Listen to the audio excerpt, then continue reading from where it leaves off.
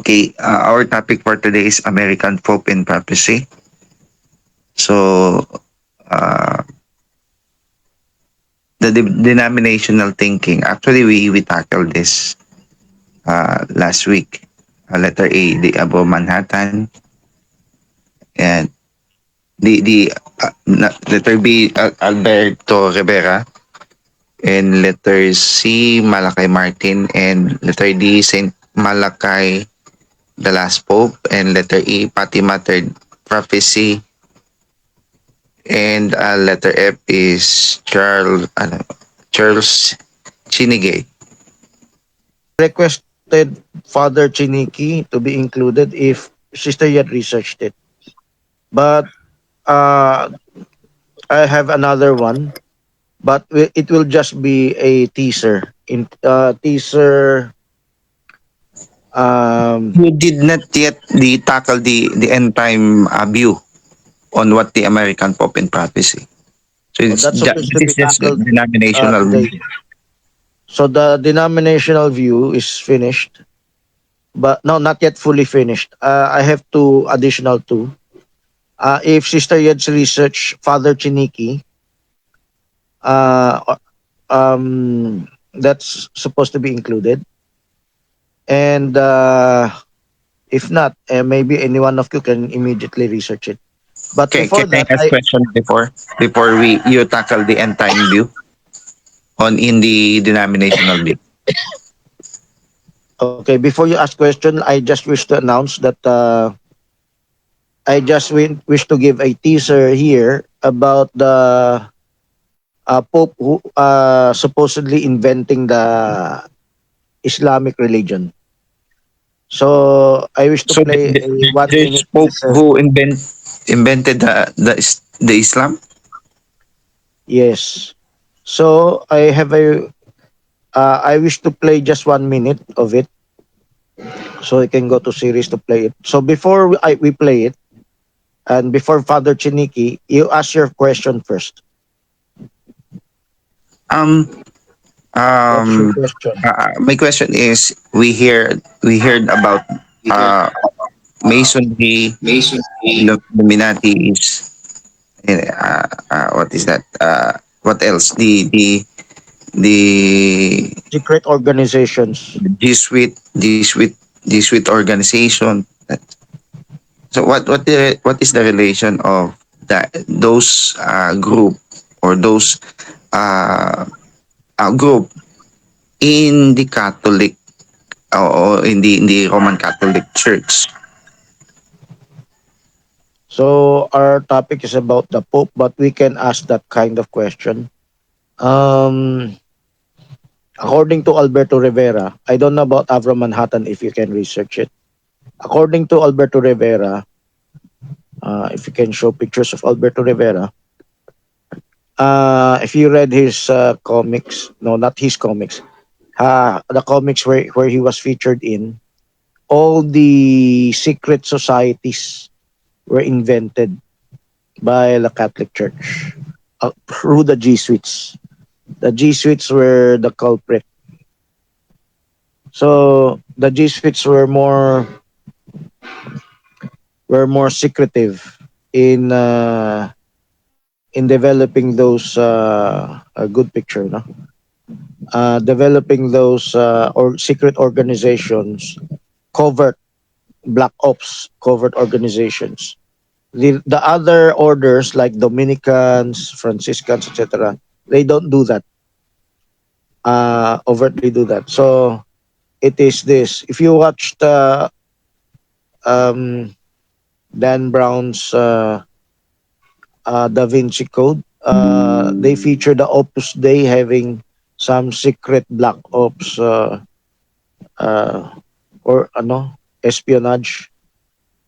Very much the same with the CIA, the KGB, the Israeli, Mossad. So the Jesuits were that. That's the testimony of Alberto Rivera. Look at the comics here. You see the prophet there. So that's the teaser I have. Not from the comics, from another source. So I put it in series. You can play it right now. After the question, no? After Father Chiniki. Okay. So I hope I satisfied you. If you read these comics, you're gonna read the papacy in the Jesuits involved in these secret organizations. So before this, before Alberto Rivera Let me finished, clear. Let me clear, Brother Francis. So the Masonry and the Illuminatis are created by the Catholic, the Roman Catholic, according to to his Alberto Rivera. testimony, yes, according to his testimony, According to I'm not Alberto Rivera, the Jesuit also, Jesuit created by the Roman Catholic for the Counter Reformation. I yes, have source yes, also in the documentaries. I have videos of that. yes, They yes. created those group for the assassination of those Oppose them. who will being heretics from them. Yes, heretics. Yes. So okay. May Again, I ask? again. Okay, another Francis. question. Again, the what is the connection of the Pope being American to the prophecy on the end time, which is we're just waiting for the third temple, for the rapture. So what is the connection of why American Pope? Brother Branham said there will be a Pope, an American. So why it is essential to know. Okay, so show pictures of the American Pope or the prophecy of Brother Branham. And just to answer it very quick before we go into the details, that's part two. Um, Americans want to side with Israel. So that's one. I haven't mentioned that before yet. If Americans want to side with Israel, like the presidents are always supporting Israel, an American Pope will have a Pope that will side in rebuilding the temple. And in rebuilding the temple, that is much closer than we think about prophecy because the rebuilding the temple is part of the prophecy. So, Bar Jackson maybe had an article on that. So, Remy and Kate, okay, maybe you can show pictures about Brother Branham's prophecy on the American Pope. Oh, why did Brother Branham mention an American Pope? Hello, hello. There's a feedback, Bar Jerry. I'm not yet finished. So let me finish first before you ask your question. Um, the reason Brother Branham mentioned that is not because of supernatural prophecy like a, a message believer would claim. It is by spoken word revelation, understanding. So let me correct the word spoken word. Let me clarify that. Spoken word means God gave you a revelation, and it's not a direct prophecy. It is an understanding that you understand. How did he understand that? Revelation 13 talks about America and talks about the old beast.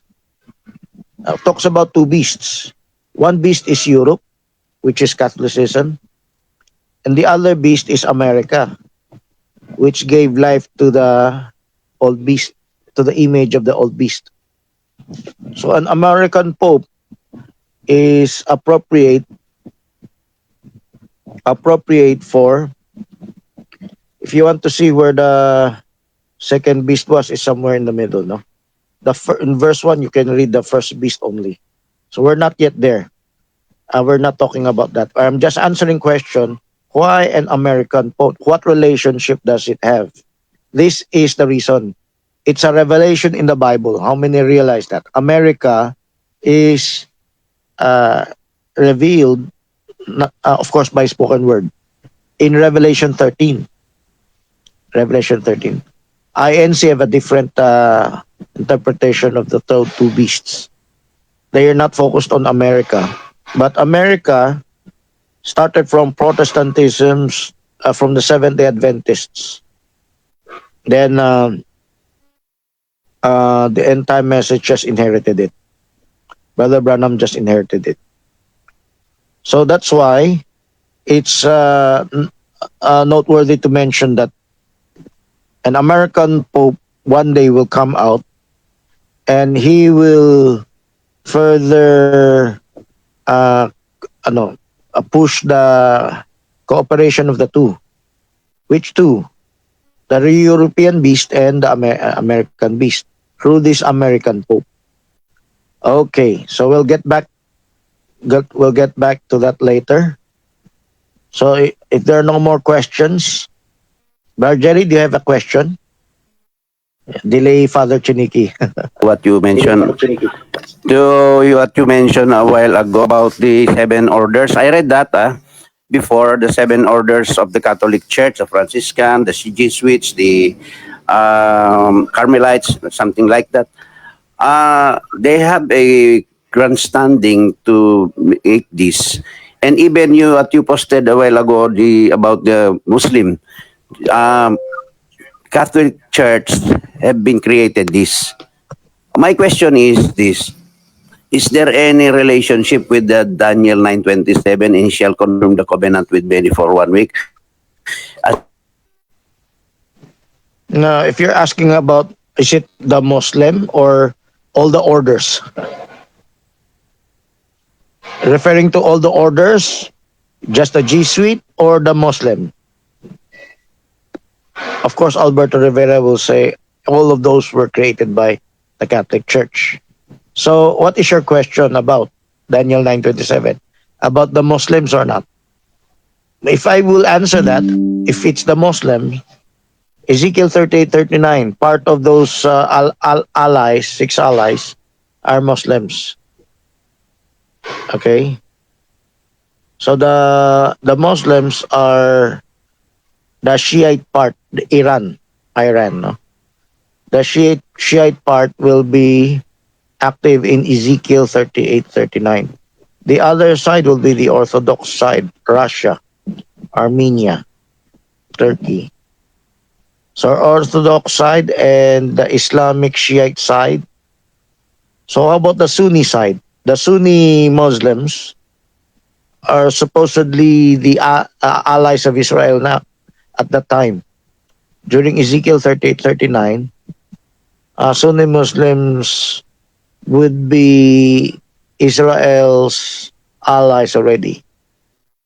So they will not be, maybe some of them will be part of it, but they're the farther nations. Immediate nations, Egypt, Jordan, Syria, they're no longer part of it. It's farther countries, Turkey, Armenia, Russia, Iran, Libya, Ethiopia. They're farther, much farther from Israel. Okay, so that's to answer what does Islam has to do with Daniel 9:27. Daniel 9:27 came about because of Ezekiel 38:39. Okay. So let's get back to my assignment to Sister Yed. Sister Yed, did you research Father Chiniki? Just answer yes or no. Okay. So before I show the Muslim, anyone can just play the Muslim. Let me just interject that the same, if you play it from the Facebook, there will be no double sounds. So if anyone can play it, even you, no? You play it from the series, the Muslim, Islam made by the Pope, there will be no double sounds because it's Facebook. We're just share screening it. Okay? So, right now, let's talk about Father Chiniki first.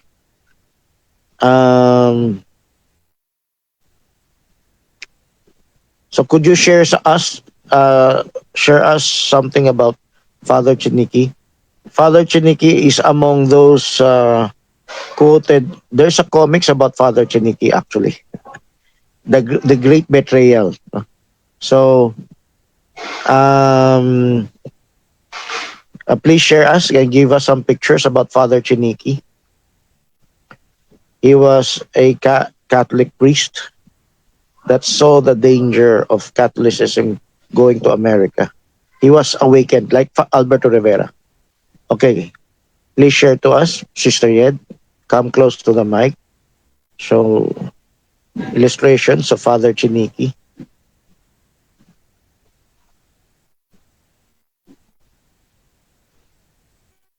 The others, you can try research also.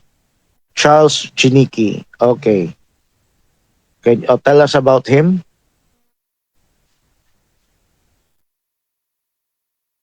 Come close to the mic. Yes, yeah, that's good, clear. It's very clear.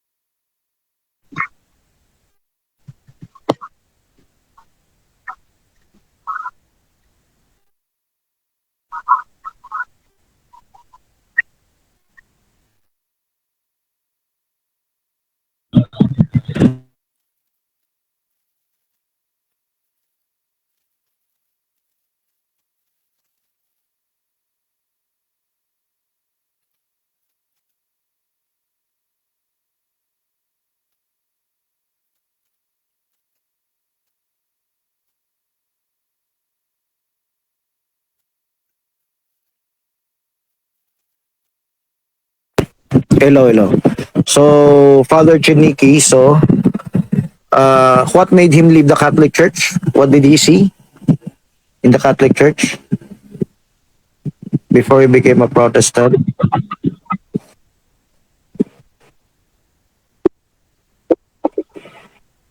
Okay. If you, okay. By the way, more detailed life story of Father Chiniki, look for the Chick publications, The Great Betrayal. So maybe Mr. Remy has a copy of that. She can show it here. That's it, The Great Big Betrayal. The Big Betrayal. Okay, that's the life story. Oh, The Big Betrayal is about Abraham Lincoln. But Father Chiniki is also there, I think. So they're exposing the Catholic Church. Abraham Lincoln saw a dark cloud in the horizon, which are the Catholic Church transferring to America. And the cause of his assassination was their influence also. Okay, that's the claim, huh? Let's go to Islam. So, like the picture of Albert, not, yeah, is it one of Alberto Rivera's series in the comics, in Crusaders comics, The Prophet. If you can show that again, then we're gonna play the video. Anyone get ready to play the video, no? If so, but okay, can you show The Prophet, the one of the comics of Crusaders? A while ago, you showed it a while ago. That's it. Okay, so we're gonna show a video that about this. Of course, it was not made by the comics producer, no? The comics producer is Chicks Publications, but this is another documentary by another group. So I hope we ourselves can make documentaries too. Let's go to Cogeo ENDTIME series. So let's play for 1 minute. There's a series of comics, series of life story of Alberto Rivera, and the last of it is the Prophet, no? Hello, Bro Francis. So while Brother Jerry is asking question, please go to Cogeo End Time Series, Sister Yed. Okay, before you play, let Marjorie ask his question first. Brother Francis, is it true that the Catholic Church created Islam, but as it goes along the way, Muhammad, he made it by himself. He left Catholics, or he left Catholic. He, what I mean is, He did not follow the goes by Catholic his own. bidding. He goes by his own, into his own. I would agree with you because that will be my opinion later. And if you read the comics, the Pope will be very angry because communism is one of their children. Aside from Islam as one of their children, Yes. communism is also one of their children. And the Pope was very upset because they took the gold and betrayed him. Yes, and that's why Crusades was made in 11th No, no, no, no. century. Communism is different. The Crusades is What I another am- time. What I am telling is, in return with Muhammad's what we call it betrayal, the crusade was made by Pope to get Jerusalem. Well, that's one of it. But the reason of the Crusades was against Orthodox also. That's the claim of the comics by the Chicks Publications. Alberto Rivera also. So, Thank the you. papacy created communism, the papacy created Islam. Later, Islam got out of hand. So, they have to wage crusade wars to take back the land. Because the Muslims are supposed to hand over Jerusalem to the Catholics, according to Alberto Rivera's story. Okay? And they made also Mussolini, isn't it? And Hitler. Yes, that's part of the papal conspiracy. If you read Alberto Rivera's testimony, okay, he has those histories, Avro Manhattan included. So let's play. Let's play 1 minute only. 1 minute of this. So this is a teaser. That means to say we're not gonna play the whole 1 hour. So we're just gonna play 1 minute. So if you want to watch it, just go to Cogeo End Time Series. Okay? So we just mentioned the content, but those are inside are the details, the evidences. In the producer of this film, okay? I hope we can. I hope that some of you will continue the research, how we can be like them, okay? Because our open forums are also documentaries. So I have to research. Of course, no one is reckoning with me on the office about hashtags. So the YouTube will be spread. Yeah, hashtags for the YouTube. On Facebook, we're relying on share comment list. Okay, so but hashtags will add additional help. So please play it for 1 minute with the sound. Play it with the sound. So just play it from Facebook. The year is 1999. Pope John Paul II gently bows and presses his lips to the Quran, the holy book of Islam. Cameras flash, the world gasps, a gesture of Raise peace, the volume a little or a bit. signal to insiders. Now rewind 13 centuries. A man kneels inside a cave on the edge of the Arabian desert. He's trembling, voices whisper in the dark. His name? Muhammad, his comforter. A wealthy woman with Christian connections. Her cousin? A Catholic scholar of the Gospels. In that moment, a new religion is born.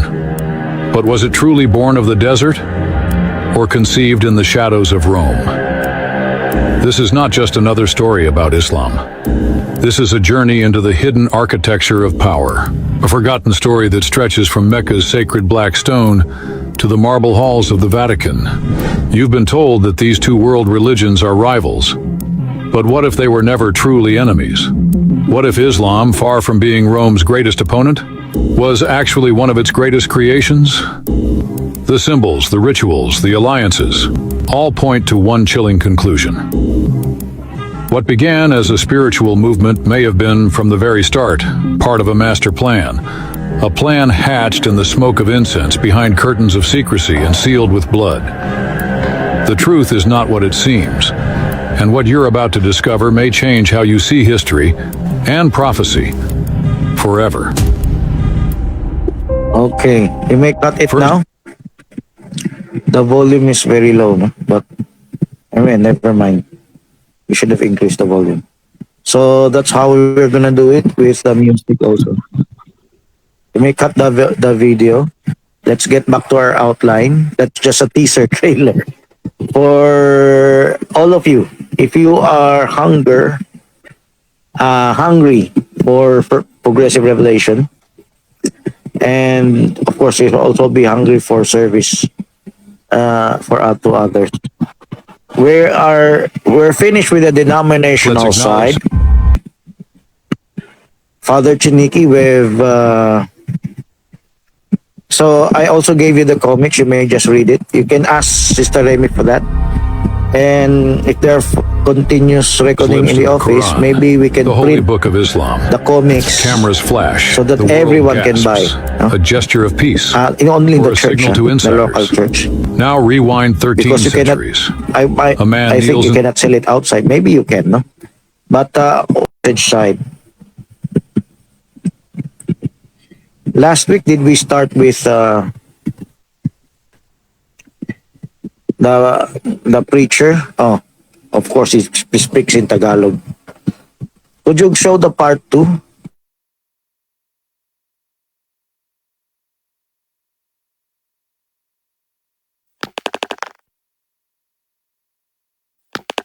The previous. So, let's go to part 2 of the outline. Okay. So, it's good Let if... me read Okay. America in Prophecy. Let's go to part 2 of the Wala. outline. America in Prophecy, letter B. Second beast rises from the earth.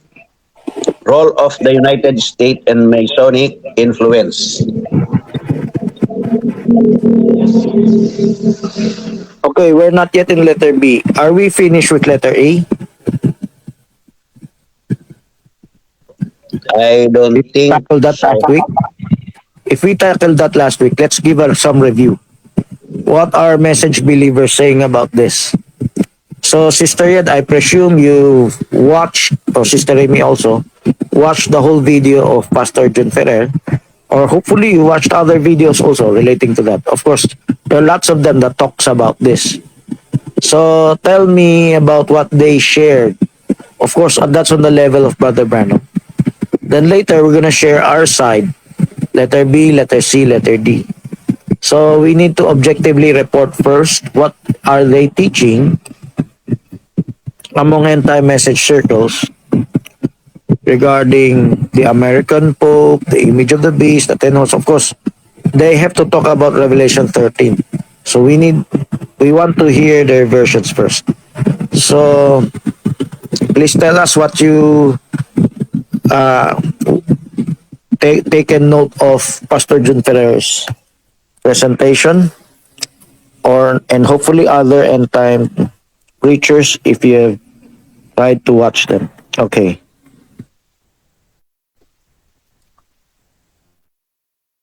Sister Remied, please share to us what Pastor Jun Ferrer shared about the beast, the image of the beast, the Pope, the American Pope, 10 horns. I presume what is in the outline is what he said, what he talked about.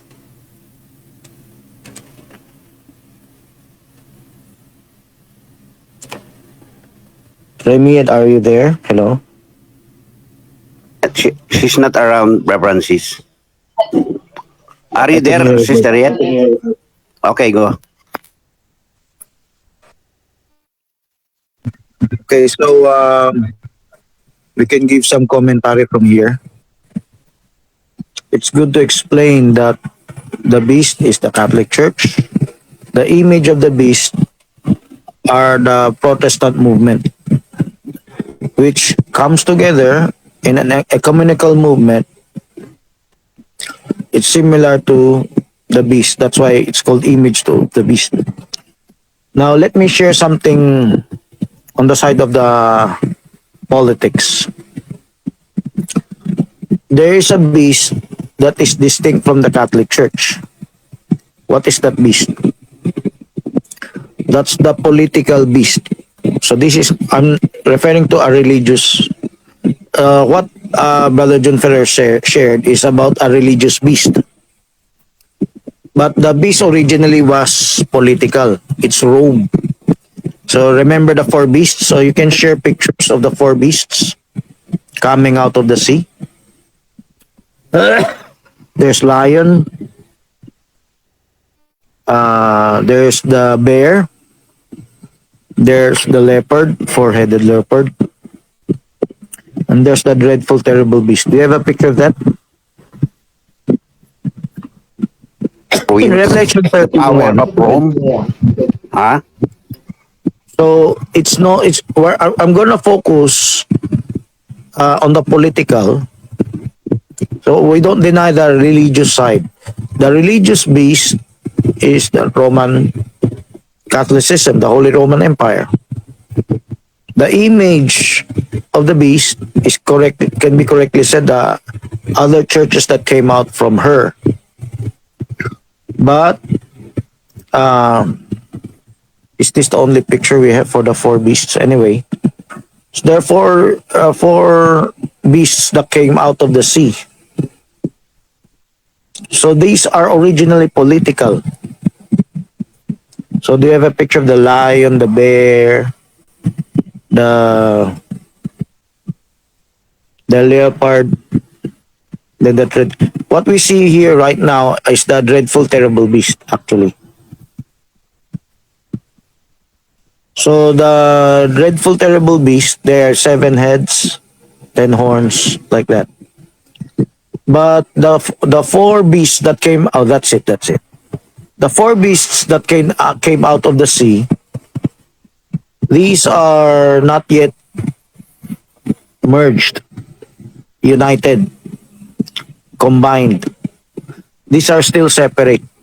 These are the Babylonian Empire, Persian Empire, a Greek Empire, then the Roman Empire. So what were they originally? They were political. They were not religious yet. Although religious aspect have some interactions with Israel on the religious side. But they're originally political. So when we go to Revelation 13, don't just think of the religious side. The Seventh-day Adventists, the Protestants, Alberto Rivera, and Brother Branham, they're focused on the religious side. That's why it's the Catholic Church, it's the World Council of Churches, it's National Council of Churches, it's the ecumenical movement. But let's talk about the political beast first. Oh no, let's then talk about the political beast next. Hello, Bob Francis. So, maybe, okay, if you wish to interject, by the way, sister, please show a picture of the United Beast, no, Revelation 13, 1 and 2 Beast, from Armstrong's, drawing. It's the best. Okay, Marjorie. There is also a military, economic, aside from political and religious. Those are the four winds. Those are Yes, under the four winds. I mentioned a while ago. Yes, that's like Alexander the Great. Political and military might have been true by him. He made it politically and militarily. Well, when I say political, it's also military. When I mention political here, it's understood there is military, and if you wish to include economic, I'm just separating the religious aspect. That's what Brother Bernard mentioned, the religious aspect. What we're mentioning right now is the political aspect. Under political, you can include economic, military. Okay? So what about this? Have you noticed that the four beasts separate a while ago was merged into this one singular beast? You can read this in Revelation 13, 1 and 2. So how did it happen? What does this mean? So it's originally political. It's not originally religious, although religious is just intermeshed with it. If it's originally political, where is the woman? Is the woman part of the beast or separate? Revelation 17, the woman is riding the beast.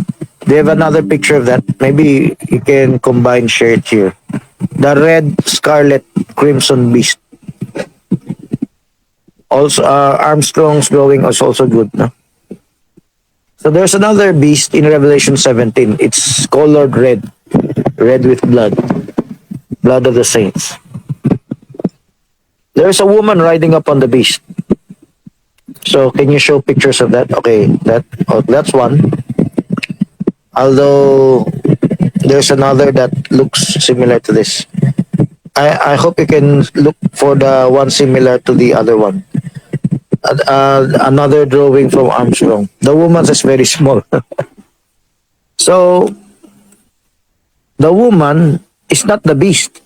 The woman is just riding the beast. The woman is controlling the politics, the kings. The woman is the church. It's the Roman Catholic Church. So, okay, that's the picture I was asking for. The woman here looks very small. Why did I choose this picture? Because it's similar to the to the Revelation 13 beast of Herbert W. Armstrong's drawing, rendering. So you can see some similarity, no? Is the beast, the woman riding, also a merged, united four beasts? Yes, but it did not mention the head. So it's by spoken word understanding that the beast the woman was riding, it gobbled up Babylon, Persia, Greco-Macedonia. So the Roman Empire has a combination of all of that. But during the time the woman rode the beast, it's no longer the Roman Empire only. It's what we call the Holy Roman Empire. And the beast was scarlet red because the woman was drunk with the blood of the saints. And let's compare with the other beast. The beast that came out of the sea in Revelation 13 is not red with the blood. Why? Because he has a short time. He can kill humanity by world war, nuclear war, but his time will be very short. Jesus Christ will intervene while World War III is taking place. But on the other hand, the woman had 1,000 years of killing spree for the believers of the saints, martyred of the saints. So, even though they're not sophisticated like nuclear weapons, high-tech weapons, even with a sword, they killed a lot of people, millions of them. Fox Book of Martyrs say it was 68 million. Maybe in one place, maybe in Europe alone or what. So, if you research that, no? So we're talking about the beast. How does this connect to the papacy? So the woman is no longer in control. The papacy today is different. When the woman was in control, the papacy was in control. He's like a dictator. That's the Dark Ages, the one you see at the right. But if you see the one on the left, that beast, there's still Catholicism, there's still the papacy, but it's no longer prominent like the woman. It's no longer controlling the nations. If you read Revelation 17, the latter part give him 1 hour with the beast. Share power. He'll be given 1 hour with the beast. What does that mean? They will have a short time of collaboration. I believe that will be in the last week of Daniel. The last week of Daniel, if you can show that, the picture of Brother Jackson, Brother Gan. Brother Jackson is much more better, although it looks more comical. The illustration of Brother Gan looks more decent, but there's no Pope there. No, Only Brahman. okay, only the head hat, but the tiara. But Jackson's illustration, look for that illustration of Brother Jackson, where he shows the papacy there. Okay, or Brother Jerry. Hello, Brother Francis. Let me clarify. Are you saying that the woman was becoming weaker while the beast became stronger? The beast that she was riding. Is it today or it will be on the future? You mentioned that in Dark Ages, the woman or the Catholic Church was so strong. He just That's riding the beast. to the beast that she was riding. So while she was strong, she in the Bible it's portrayed as she was riding the beast. But in Revelation 30, Revelation 17, you no longer see a separate woman riding the beast. Why? She is no longer in control except when you reach in the tribulation period. A very short, or just 1 hour with the beast. In this, when the woman was riding the beast, she was in control. When in Revelation 17, you didn't see the woman anymore. The papacy will have a very short time to control the beast. That will be the last week of Daniel. Remember, there was a wound, or later we're going to talk about the wound to the head. But right now, for a short time, half of the week actually, 3.5 years, the papacy will have control over all nations. They will hand the power to him for 3.5 years. That's the time, that's a short time, he will have power. But in the middle of the week, the two prophets will destroy his influence. And he will be demon possessed. And he will take over the temple. Even if you have an illustration of the temple, Brother Jackson had an illustration. So the temple that he took over, he will destroy the covenant. He will break the covenant with many. He made the covenant with many for 1 week, but in the midst of the week, because of the two prophets,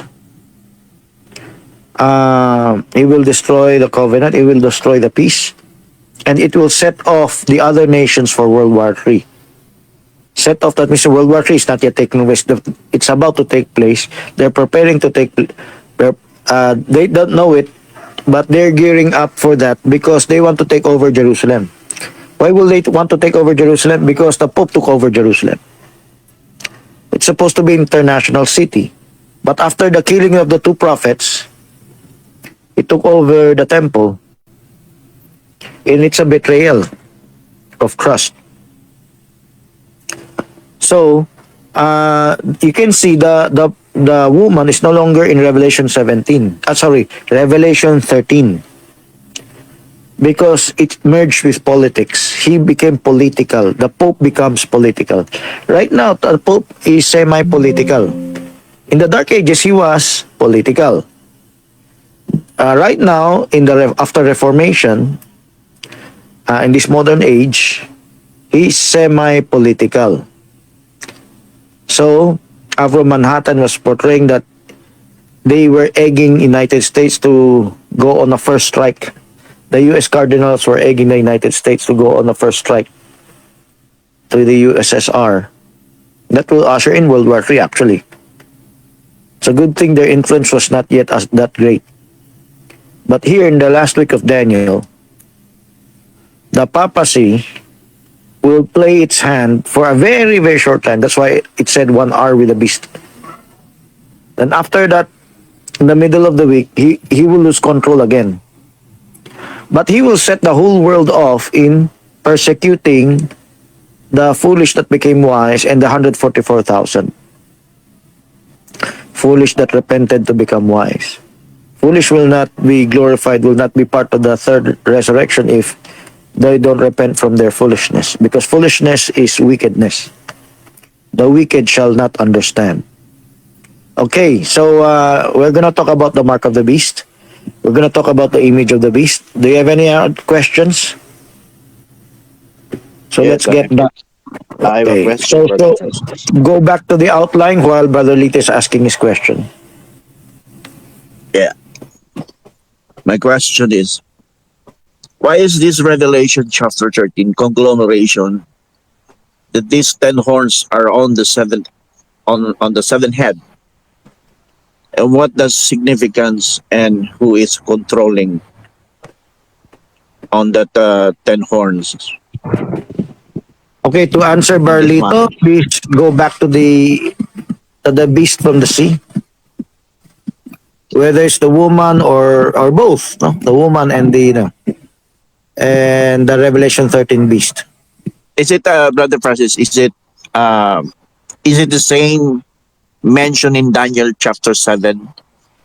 Yes, yes, yes. In the fourth beast, Yes, which is yes. the great and terrible.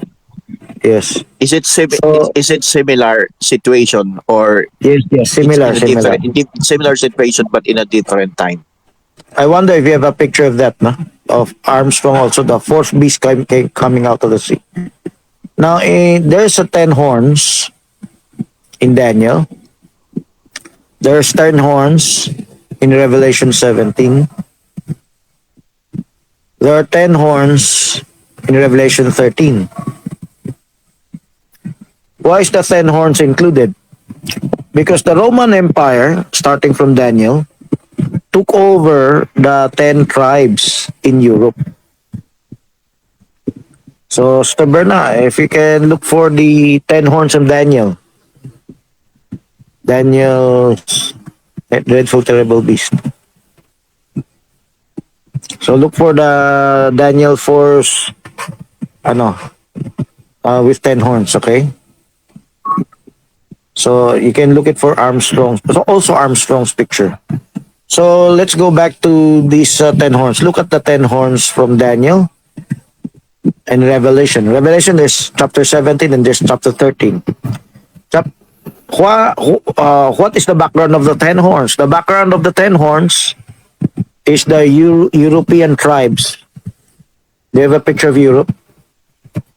The Romans subjugated those tribes. When the Rome fell, that's the wound on the head, one of the wound of the head. Because the wound of the head can be religious, can be political. Armstrong focused on political. The Seventh Adventists focused on the spiritual. The Pope was imprisoned. Martin Luther had a sword that wounded the head of the beast, the religious beast. But let's go to the transference of power. When Rome fell, the power was transferred to the papacy. The papacy controlled the 10 horns. It's no longer the political Rome. Political Rome became a religious Rome. That's why we call it the Holy Roman Empire. It was the Pope who crowns the emperor of Europe. It was the Pope who can unseat a king who is disobedient to him. So that's the time you read in Revelation 17, the woman was riding the beast. But still the 10 horns were there. But go to the left side. The 10 horns are still there. because they're no longer, even though they're no longer controlled by Rome, they're no longer controlled by the Holy Roman Empire, the religious, the Catholic Church. Hello, Francis. Let me finish. Let me finish. But they're independent, but they became a European Union. You see, the European Union is a merger of all these beasts. So there's the 10 horns on its head, but there's the 4 beasts in its body. That means to say, Hello, the Sir Revelation Francis. Are 13 you beast there? is a combination. Let me just say one more sentence. In the end time, it will not just be Europe. It will be then geopolitical regions of the earth. So, it will represent the whole earth. The beast here will represent the whole earth. No longer just Europe. Okay, Bargeri. Bargeri. Uh, well, Brother Jerry, it's not yet. Brother Francis, can I Uh, follow up questions? So, in this conglomeration of the beast, why this? Wait. Bargeri, please mute your microphone. It's very noisy. So, it's static. The static is very loud. It's very annoying. No? Okay, thank you for muting it. Barlito, proceed with your question. So, uh, in we are you are explaining about the conglomeration of this beast, of the body of the beast, and then who is uh who control in this Revelation chapter 13 when the 10 horns are on the top of the seventh head, who is now controlling The beast. in this 10 horns, Brother Francis, in this For now, it in is this time. another beast. For now, at this present time, there's another beast that's controlling the first beast. And that's why Brother Branham said that it's American Pope. Not the Pope itself, but it's America. It's natural to say it's a Pope because the papacy is the Catholic Church. So, but the other beast that came out of the earth will become a superpower. Oh, that's what the picture I was asking for a while ago. That's Daniel, no? The fourth beast has 10 horns. So Rome controlled the 10 tribes in Europe. But in Revelation 13, the 10 horns will no longer be the 10 tribes of Europe. It will be 10 geopolitical regions of the earth because it will be worldwide. This beast will become worldwide. This beast will not just be Europe. It will not just be the United States.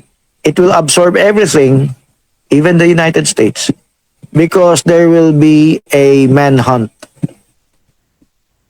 a witch hunt. They will track down the believers of the 2 prophets. Later, that will become the mark of the beast for the tribulation. Right now, we have the mark of the beast, but it's not yet identified as condemnation of the 2 prophets.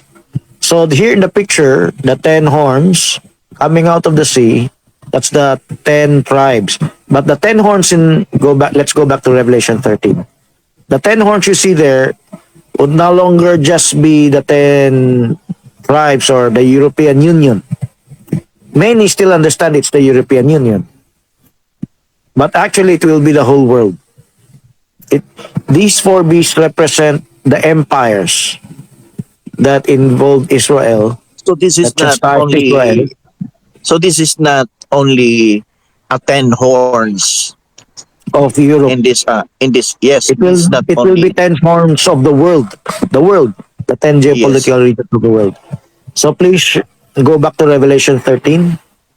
So I was asking for this picture a while ago. This was the beast you can see, read from Daniel 4. He already had the 10 horns.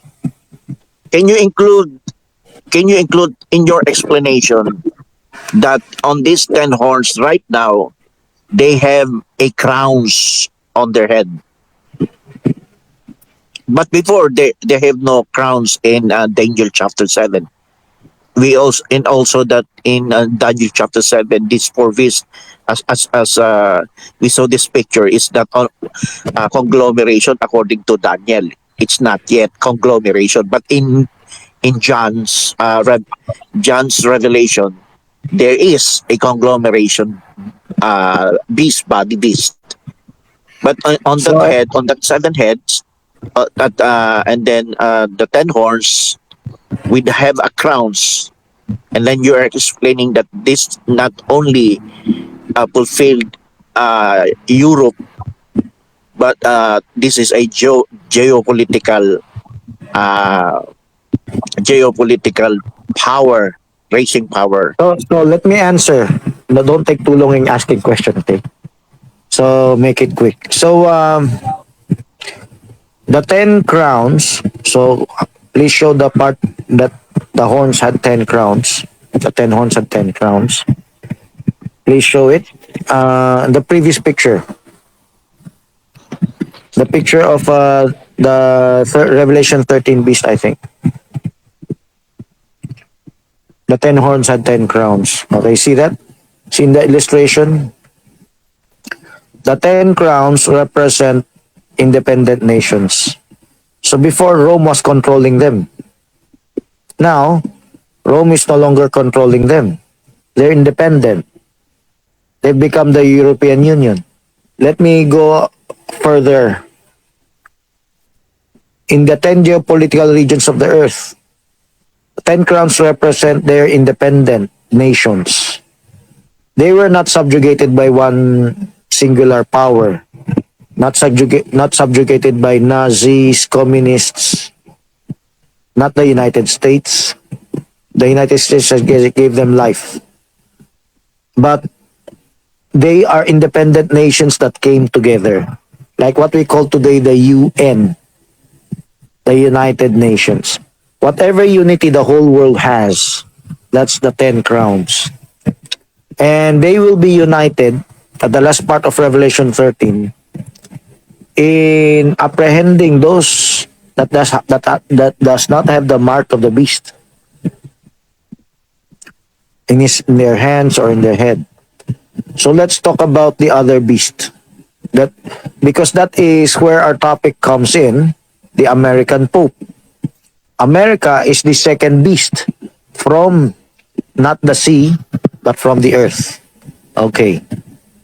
Do you have a picture of the beast that came out of the earth?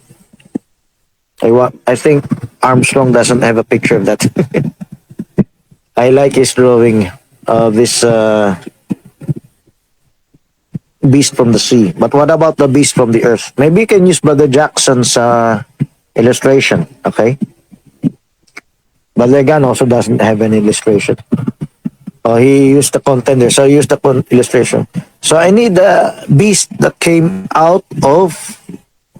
So this is similar, arrival of Armstrong. This is one of the splinter church of Armstrong. Maybe not the Philadelphia trumpet, maybe the other church that came out from Armstrong. The Church of God. Is it Key of David? Key of David, Philadelphia trumpet, it's Philadelphia Church of God. But there are different churches of God. I forgot their names. United Church of God, maybe. That's the one. Or there are others, no? That made this picture. Garner Ted also has his Church What of God. about Tomorrow's World? Is it Tomorrow's World is one, I continuity of think, Herbert W. Armstrong? Living Church of God. So they're the splinters, no? You can study about them.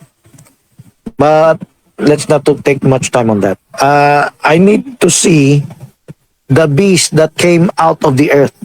So Sister Berna, you can readily see that the picture you shown is similar to the other pictures. But I'm asking for the beast that came out of the earth. So click the picture on Progressive Ministry. That's the beast that came out of the earth. A lamb beast. Now, how did you know it's America? Can you answer me, Barlito? This is your examination. Uh, because America was the first the first country that God used Okay, that in the beginning. okay. What was my evidence? What was my evidence that the lamb beast that came out of the earth is America? In this prophecy in Revelation 13, this lamb beast speaks like a dragon. Okay, so you failed the test. You must go live um, in your free time to go over all the topics. Jerry, do you remember? Bermenan, do you remember? What was my reason? What was my biblical evidence that this is America? You're not gonna read America there. That's why INC have a different And interpretation. Maybe other churches. according to Brother Jackson, that America prophecy, Earth, God used America to I forgot. I It's not forgot. Brother Jackson also. Brother Jackson didn't have that kind. I didn't read that kind of Hello, explanation. hello, Francis. I gave an evidence from the Bible. A woman How from do the you internet, prove it? Francis. Oh, that's Jackson. That's Brother Jackson. So every one of you forgot. Okay, Barmenan, do And you remember? a new world, the new world. Okay, I broadcasted this a lot, many times already. I'm gonna repeat this again, but you have to share to others so you will not forget. So Barmenan, if Bar Enoch heard my broadcast on that and can repeat it here, I'm gonna give him 10,000 pesos. But Bar Enoch is not speaking up. Okay, so yeah, let me give the answer. If you remember this, take note of this, and if, in order for you not to forget it, you need to share to others. If you're not sharing it to others, you're just burying the talent underground. Okay, the evidence in the Bible is where the beast came out. Where did the first beast came out? From the Earth, sea. see, See, From the sea. What is the sea? The Great Sea. What is the Great Sea? The Mediterranean, Mediterranean Sea. What is the Mediterranean Sea? The Old World. Europe, What is the Old World? The Old World Europe. is not just Europe. It's Europe, Romania. Middle East, Africa, Asia. That's the Old World. So So you if say that you, this is not only a Europe, it's the whole world. the Old World, listen carefully, okay? Do not be Bisaya. Old world is Europe. Not just Europe. Not only Europe. Europe, Asia, Africa, Middle East. That's the Old World. So if you know the Old World, you know there are continents in the Old World. So what is the other continent that's not yet mentioned in the Bible? It's the New World. It's another continent. It's the American continent. That's where you get Brother Jackson's explanation, Barjeri. But I haven't read it from others, but I saw it in the Bible, so you can make use of it. How do you know? How do you prove that the lamb beast is America? Because he came out from another place aside from the sea. One came from the sea, another came from the earth. So the earth is somewhat of a counterpart to the sea, another continent, another world. So the old world, the Mediterranean world, that's the sea. That's the Great Sea. That's where the old beast came out. The old beast came out from the old sea in the vicinity of the Mediterranean Sea. All nations, all continents that involves it with it. How about the earth? It is from another continent. And you know, there's a superpower that is from another continent, and that is the United States. That's the Lamb Beast, the new Hello. world. Okay, question. Question, Brother Francis. In Brother Jackson's contender, he is so much focused in America or the lamb beast that started out. He became a beast during World War II.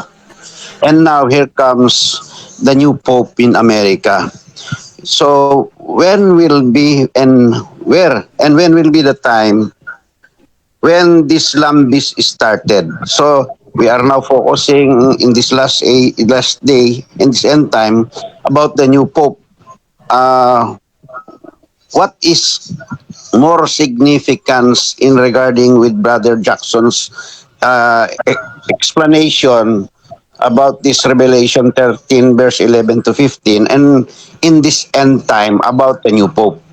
Because the America was once again mentioned in this about this prophecy. Are there two prophecies regarding this Revelation 13:11? Yes, I'm showing the political and the religious side. So I'm not against the end time preachers focus on the religious side. But you need to focus also on the political side. Everything will become political right now.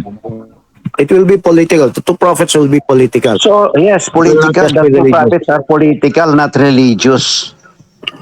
Yes, because the whole world will not condemn you.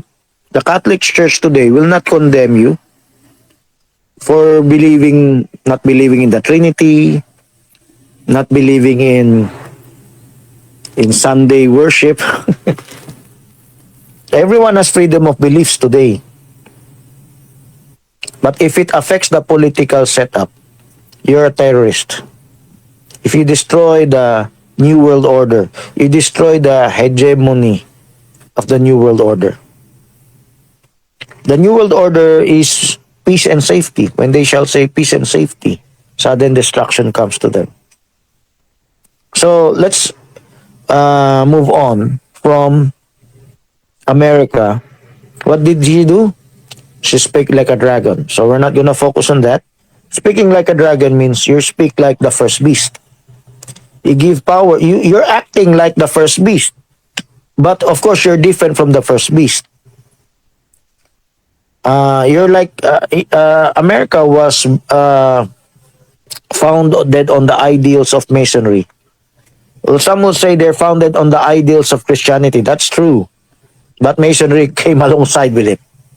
So before Alberto Rivera Chiniquer, what says it was the Catholic Church that influenced, is I do believe that also, but it was masonry.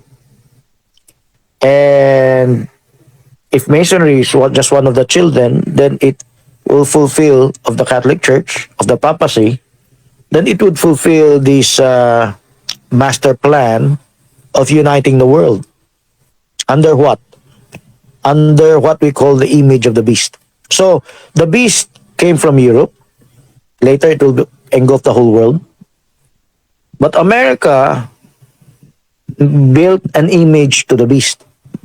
When I say image to the beast, so other preachers will say the Protestantism. So we're talking of political here. We're not no longer talking of religious or ecumenical movement. What is political? United States pushed the notion of democracy in the world. So they fought against Nazism, communism. So for what? To push their own version of world hegemony, world peace, the world order, United Nations. After World War II, or maybe before the end of World War II, Roosevelt established the United Nations. If I'm correct, if I'm wrong, then it will be Truman. What was the purpose of United Nations? To stop all wars, to settle it amicably. Before the United Nations, there was the League of Nations. They were being ignored. But the United Nations, there are still countries that are ignoring the United Nations. But one day, maybe the American Pope might do it because he will make a covenant with many for 1 week. He might unite the whole world. The whole world will be united after Ezekiel 38-39 war. So, what is the image of the beast? The image of the beast, what is the agenda America is pushing for the whole world? Actually, it's like Laodicea, lukewarmness. It's like masonry, no? Like this day's belief that whatever you believe, it's all right. When you go inside masonry, whatever religion you want, it's all right. So it doesn't matter if it's Protestantism, Catholicism, it could be any other religion. And the Pope eventually would follow through. Before, the papacy was just outright one monopoly, no? One true church. But right now, the Pope is all-inclusive. Maybe their own version of being Berian. But it is fellowship with others, but no contesting of beliefs. Okay, Barlito. Are you already explaining that in our time in this Revelation 13, 13 verse 1, 2, and 3, and 11, the two V's, how is it correlated to today in this prophecy that this another beast, which is America, and then the Pope is American Pope today, is it related to Revelation 13 beast? How is it correlated? Because Americans, Are you let me already answer. explaining this? Yes. Because America is pushing the agenda, forwarding the agenda of world hegemony through democracy. So what kind of democracy? Like Laodicea, whatever you believe in, as long as you keep everything in order. It's no longer religious, it's political. You make everyone happy. Okay? Keep everyone happy. Don't trample on others' rights.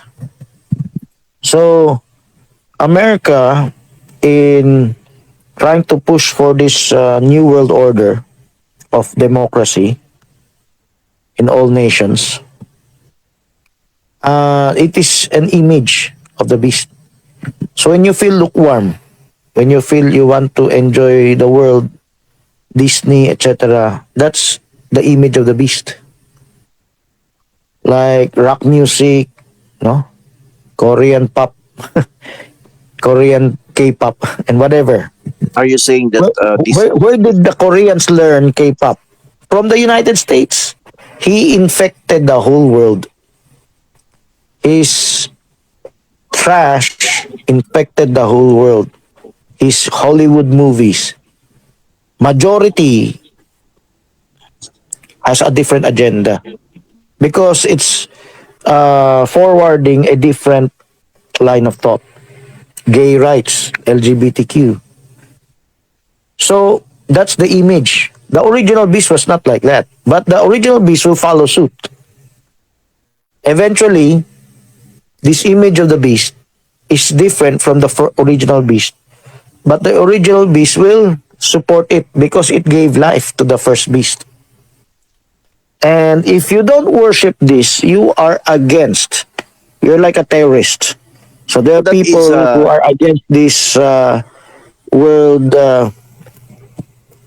debauchery, and they're seen as fanatics, militants,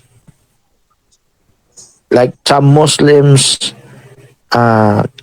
Islamic militants, and there could also be Christian militants. There could be other religions. But it's conditioning the mind for the coming of the two prophets. The two prophets would surely be against this freedom of rights or this lukewarmness or this spirit of this image of the beast, of proponent of which is the lamb beast, speaking like a dragon. So from the image of the beast later, we're gonna talk about the mark. So Okay, speaking, question. Brother Francis is speaking like American speaking is like a dragon. It's worse than the a former beast. It's worse than the former beast. Because it's more deceptive. The first beast had a track record in the dark ages of killing the Christians, right? Yeah, yeah, But this yes. kind of beast does not kill Christians. It gives what they want, no? So when you hear The- some brethren tell us, I don't need to do that. I have my own freedom to desire. Ano. That is the image of the beast. Mhm, Sariling diskarte. So this, what is Laodicea? People's rights. mhm. The image of the beast today is not just Protestantism or the different organizations, the UN or what. It is the spirit of the whole world, the spirit of lukewarmness. And it's political. It's like religion wrapped up in politics. The politics will protect your freedom of religion, your freedom of speech. What about your freedom of lifestyle and many other things? Freedom to corrupt your children in the schools unknowingly. They don't know it. They think they're teaching good things to the children, but your children will lose interest in the Bible most of the time when they go to school. So, or progressive things in the Bible. So the image of the beast is built up by this second beast from the earth, and the whole world this image of the beast. Even the followers of the first beast, the Europe, they worship this image of the beast. This image of the beast has become much more important than the original beast itself. So let's talk about the mark. Today we have the mark. We say the mark is Nicolaitan spirit. But what about the tribulation period? Those that does not have the mark cannot buy or sell. How does that happen? Do you have a picture of the mark, Sister Yed? Without the mark, you cannot buy or sell. So That is the not whole a world will literal be mark. united with that. Again. That is not a literal mark, but spiritual marking.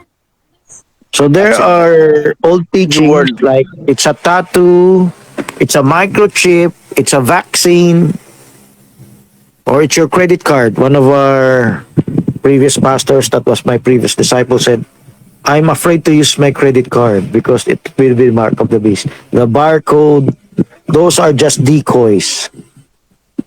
The real mark, you already have it. What is the mark of the beast? It's Nicolaitanism. What about the tribulation period?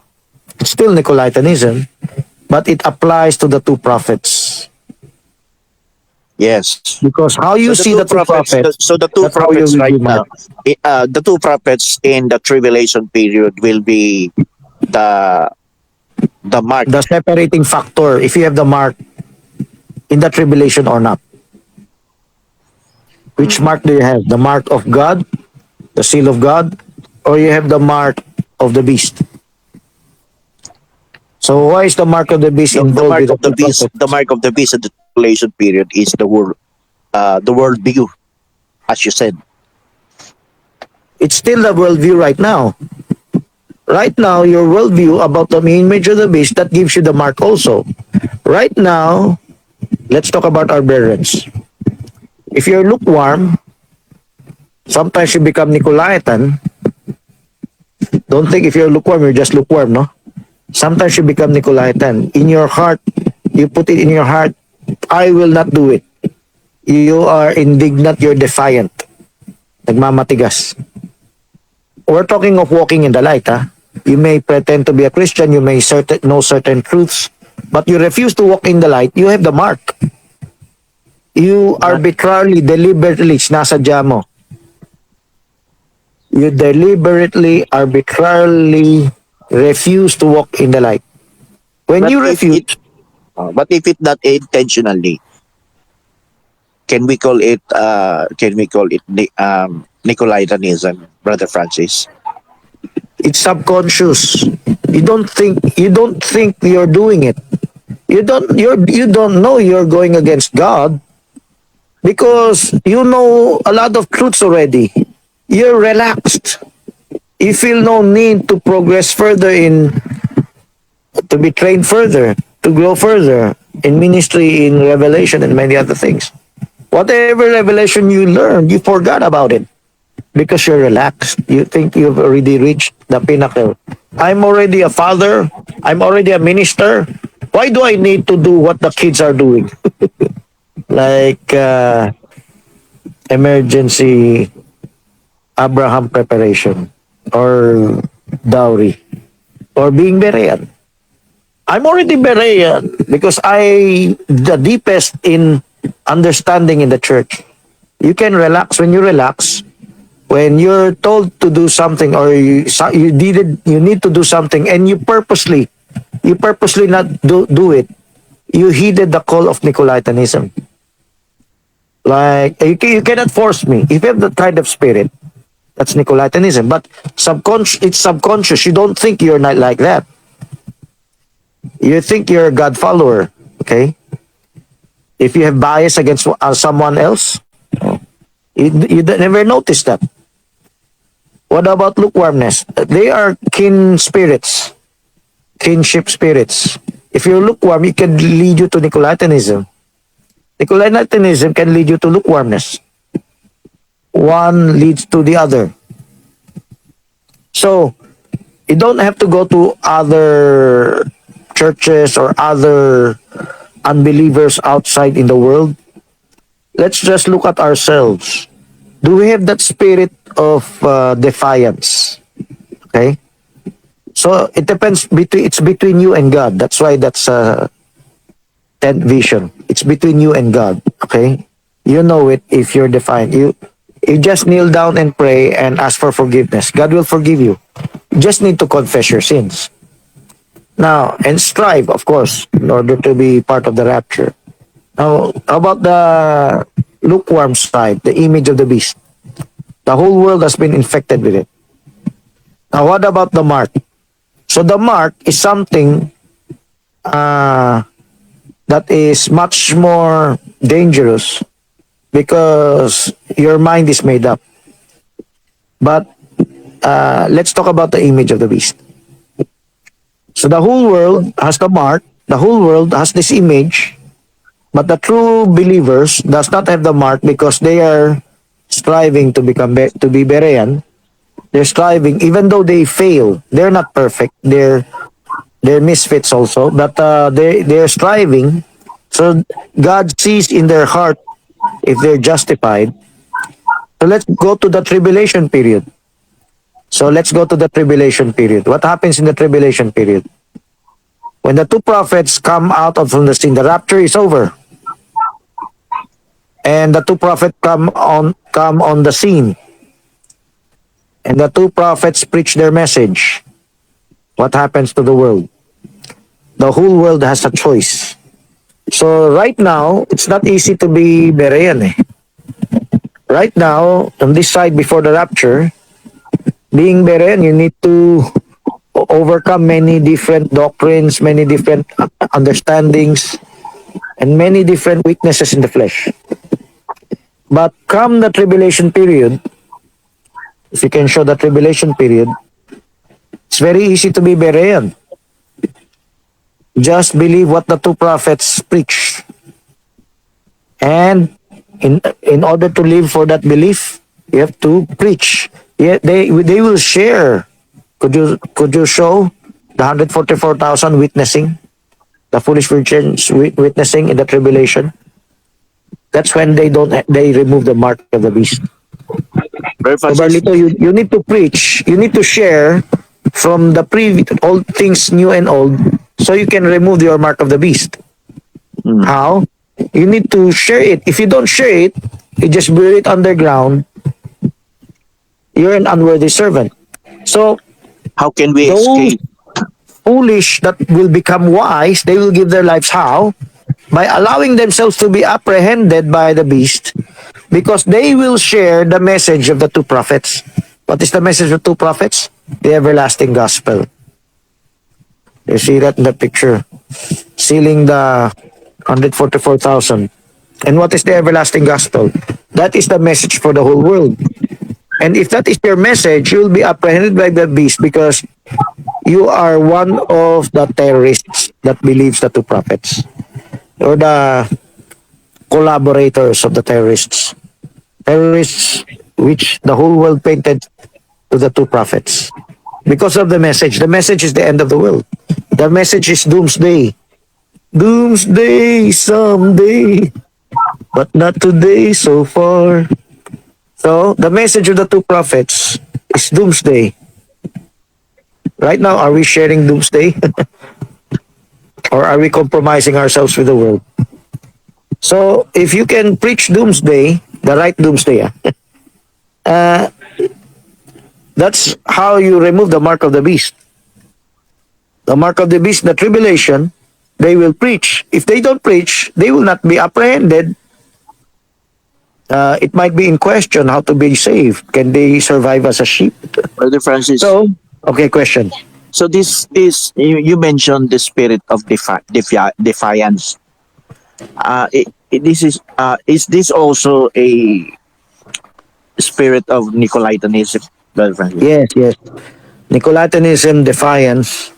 You utterly refuse to be Berean. You refuse to walk in further light. That's in an Even if you attitude claim you're to- Berean, but you don't That's an- want to That's an tackle attitude, Brother Francis, to attitude. Yes, yes. refusal to obey or refusing to obey God. Yes, it's written in God's will. Thessalonians. Then that know not God and obey not His gospel. So obeying His gospel, you have something to do. It's not that you just believe and do nothing else. When you believe, you will give your life for something. You'll do something. Okay? So So to unconsciously, remove the mark, it's part of obedience to the progressive truths. Okay. unconsciously they most likely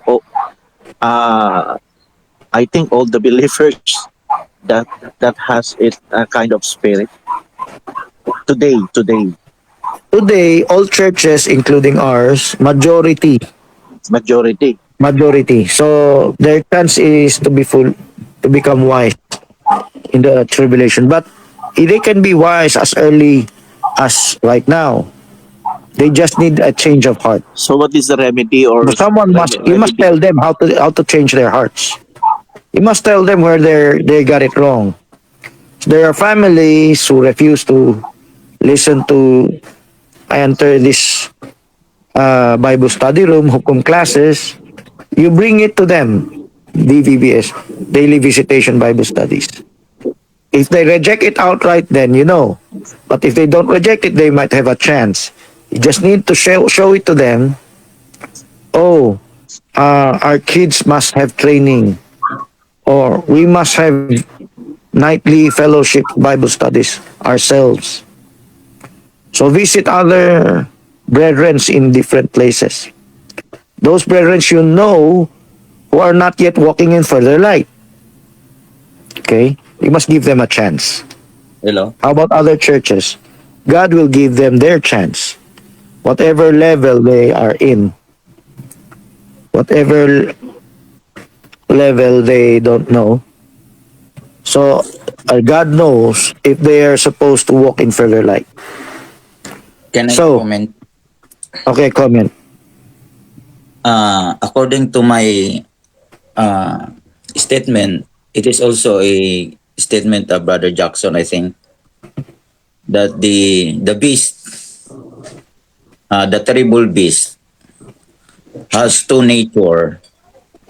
According to him, their head is from the Greek, but their body was a Romanism. It is a combination of the two empire. They adopt the knowledge of the Greek, but their hand is Babylonian also, or Romanism. So, do you agree, Brother Francis, that the all believers also has two combination? Their head, they have the faith, they have the believers in their head, but their hands or works are Babylonian or Romanism. So the spirit. So I'm just summarizing it as Nicolaitanism and lukewarmness. The spirit from these four world empires, the effect on the world, the effect on the world is these two spirit, Nicolaitanism and lukewarmness. So when they got involved in politics and religion in this world, they become a beast because it's not according to God's plan. It's not according to God's revelation. They have a misconception of God's revelation. So let's talk about people. Do the people today, so we don't discriminate whether it's from our church or other churches or other religions. Do the people today have some semblance of this nature of the world? Yes. But what is their way out? If you become Berean, you will strive to be corrected. If God sees you striving, even if you're not yet perfect, you might be qualified for the rapture. You strive for a long time, not a short time, a long time. If it's a long time, you will see some changes in the person. So, every person, every one of us, we need to strive to overcome our flesh, the worldview. The worldview is ignorance, actually. It's a deception. The world is giving us the deception. This beast is giving us a deception. So we need to overcome that deception. We need to become Berean in order to overcome that deception. Being Berean also involves warring with our flesh. Warring with our flesh means overcoming the weakness of our flesh. If God sees that you are striving to overcome, then you are qualified. What about the rest of the world? The rest of the world are deceived by this image, this mark, that first the image, they're relaxed, they're lukewarm, they're Laodicea. When they had the mark, they're closed-minded. Come the two prophets, and the whole world deceives them to say they're terrorists, they will just believe it. And they will just help in apprehending, not the two prophets, but the followers, the believers of the two prophets. So that's the mark in where? In the tribulation period. So right now, how do we remove the mark? At least we share the truth, because that's how they remove the mark. In the tribulation, they witnessed. How were they apprehended? Not because they didn't have a microchip. They were apprehended because they witnessed. Revelation 12, 13 or 11. Revelation 20 verse 4. Revelation 7. By the word of their testimony. They loved not their lives. So they gave up their lives through their testimony. They're willing to witness publicly the message of the hour then, and that will get them apprehended, get them in to jail, no? Get them to be martyred. How about right now? Right now, we're not gonna get martyred, but being Berean right now is not very easy because there are many progressive truths, and if you're being Berean, you have to go all over all of them, the basic important ones, huh? So it's really not easy. We can admit it. But who goes up in the rapture? Those who really strive for eternal life. So if you want to go up earlier in the rapture, you really sacrifice yourself here on earth, on this side before the rapture, because in the side of the tribulation, it will not be very hard to be Berean. You don't need to study, you don't need to Google, you don't need to do any assignments. You just believe the two prophets. by testifying for them. But of course, it will be hard for your life because you will give up your life. You will give up your family, you give up all your homes, etc. After the rapture, it's not very hard to be Berean, but it's very hard to live. Right now, it's very easy to live. It's just hard to be Berean. But I would say it's not hard enough. It's adventure, actually. You cannot buy or sell. Can you not buy or sell right now? Not, maybe a little bit, but not like in the tribulation. Because you cannot buy or sell because you will allow yourself to be apprehended. So so we need to fight it out. If you don't fight it out, we are all infected already because of ignorance. Because aside from ignorance and indiscipline, we let our flesh get used to being relaxed, not striving for God, but we're striving for food, for work, for school, for friends, for excursions, but we're not striving enough for God. So we must strive first and foremost for God. So we need to fight it. We need to fight our flesh on this side. So it's not very hard because it's very hard to live if there's nothing to eat. Everything is in turmoil and chaos. Could you give us a closing prayer, Bar Magellan? Heavenly Father, we thank you for this wonderful message that you've given to us. Give us, Lord, the hunger to thy word, and to those who hear this word, who hear this broadcast. I pray that the Spirit incline their hearts and minds to search the truth, that they were not partakers of this in time world, O God. Bless is each and every one of us, even the preacher today. It is what I pray in Jesus Christ's name. Amen.